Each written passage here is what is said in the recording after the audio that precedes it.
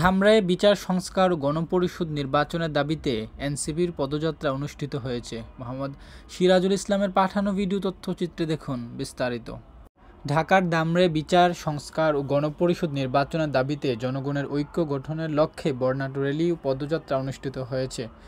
17 October শুক্রবার দুপুরের দিকে ধামরাই পৌর শহরের টুলিভিটা নাগরিক পার্টির নিজ কার্যালয় থেকে 80 কিলোমিটার রাস্তার রোডম্যাপ উপলক্ষে বর্ণাঢ্য র্যালিটি উপজেলার বিভিন্ন সড়ক প্রদক্ষিণ করে বৃহৎ পদযাত্রাটি অনুষ্ঠিত হয়। এ সময় জাতীয় নাগরিক পার্টির যুগ্ম মুখ্য সমন্বয়ক মেহরাব সিফাত, জাতীয় নাগরিক পার্টির কেন্দ্রীয় কমিটির সদস্য জনাব আসাদুল ইসলাম মুকুল, ধামরাই উপজেলার প্রধান সমন্বয়কারী ইসরাফিল ইসলাম খোকন, যুগ্ম সমন্বয়কারী নাজমুল হাসান, খোদেজা খানম, উজ্জ্বল হোসেন, উপজেলা কমিটির সদস্য অধ্যাপক সামিউর রহমান সহ আরও অনেকে উপস্থিত ছিলেন।